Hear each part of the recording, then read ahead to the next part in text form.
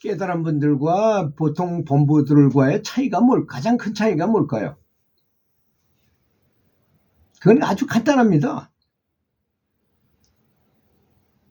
습관과 사고방식이에요. 어떤 습관을 가졌느냐, 어떤 습관을 가졌느냐가 가장 중요한 내용이라고 저는 생각합니다. 사람의 습관이 그 사람의 성패를 좌우한다고 생각해요. 인생의 성패. 물론 돈을 많이 벌고자 하는 사람은 백만장자가 되는 것이 희망이겠죠. 그죠? 그 사람도 역시 습관에 의해서, 사고방식에 의해서 그렇게 되는 것이고, 또 부처님처럼 큰 깨달음을 얻은 분도 습관입니다. 습관과 사고방식이에요. 부처님이 얼마나 유리한 조건이었습니까? 살기가. 부처님의 아들로 태어난 왕자이면서 너무나 좋은 환경에서 그렇게 잘 살고 있었는데도 불구하고 다 버리고 도를 닦으러 나가셨어요. 사고방식이 전혀 다른 거죠. 일반 보통 사람하고. 보통 사람 같으면 내가 왕자고 그렇게 대접 잘 받고 행복하고 곧 왕이 되기도 하고 너무나 행복한데 왜 나갑니까? 이게 바로 사고방식이라는 거 아니겠습니까? 생각의 길. 이 사람의 생각의 길이 다른 거예요.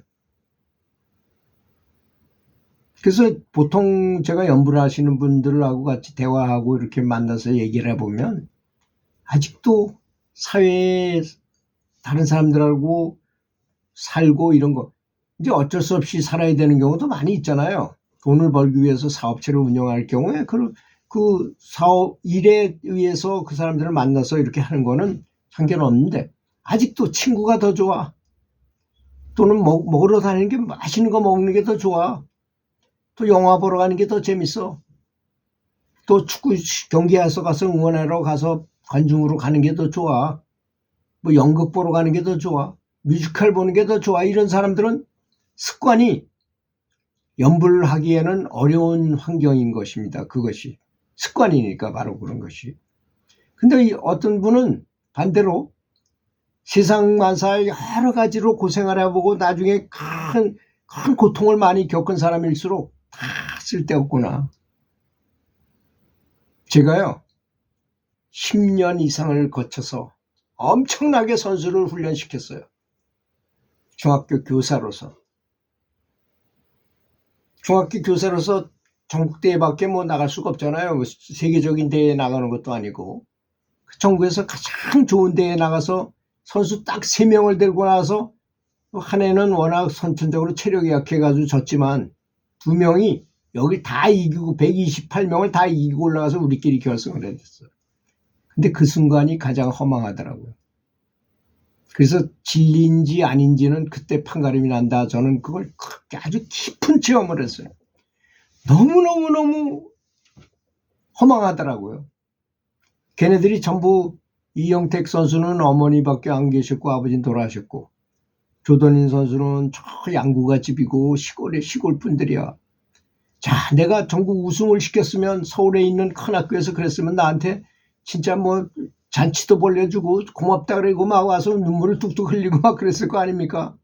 근데 누가 와서 막걸리 한 잔 사주는 사람도 없고 잘했다는 사람도 없잖아요.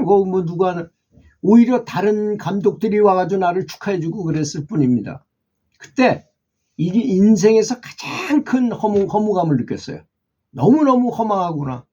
이야, 내가 이걸 위해서 이렇게 10년 이상을 정말 열심히 했거든요, 저는. 그 선수가 그렇게 큰 걸 보십시오. 그게 얼마나 많은 지도자의 노력이 들어갔겠는가를 알아야 됩니다. 다른 사람들은 그런 걸 다 몰라요. 김연아 선수요? 김연아 선수가 잘해가지고 돈 많이 벌고 이런 것만 생각하나요? 그 김연아 선수 어머니 박미희 씨 피겨 조금 하신 분이에요. 그분이 돈도 많이 들이고 엄청난 열정을 가지고 계속 엄마가 그렇게 했기 때문에 김연아 선수가 탄생할 수 있었던 것입니다. 그때 포기했다고 생각해 보세요. 어떻게 했겠어요?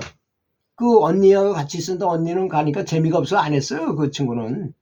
근데 연아는 그렇게 좋아하더라는 거 아니겠습니까? 그래서 지금 많은 광고로도 받고 그런다지만 사람들은 과정을 모르고 결과만 보고 그런 말을 합니다. 이러니 저러니 말을 하잖아요. 그래서 습관이 가장 중요한 것이다. 사실 보통 사람하고 백만장자의 학력이나 IQ나 성격 같은 거는 차이가 없어요. 차이가 있을 수가 없어요. 제 친구 중에서도 재벌 있어요. 그 같이 운동하던 친구예요. 저는 기계추주를 했고 그 친구는 레슬링을 했어요. 홍콩에 큰 회사 2개를 운영하니까 회장님이에요. 그리고 재산이 1조 원 이상이에요. 1조 원 이상. 그런 사람을 재벌이라고 말하죠. 우리나라에 와서 한 10몇 년 동안 있었어요.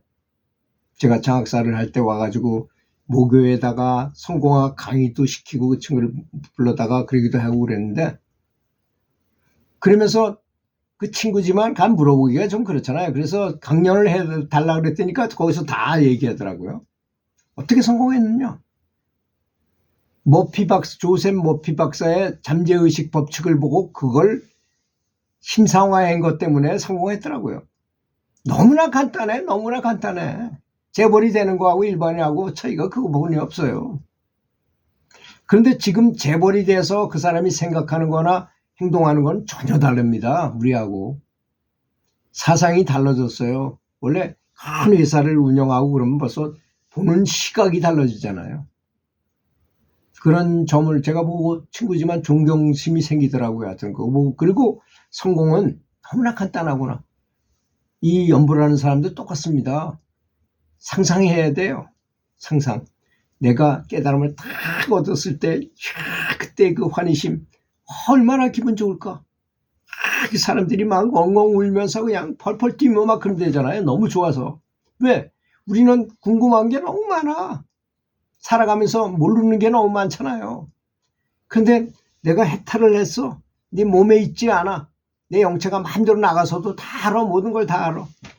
그런 상태가 됐다. 너무나 자유스럽고 너무나 행복하답니다.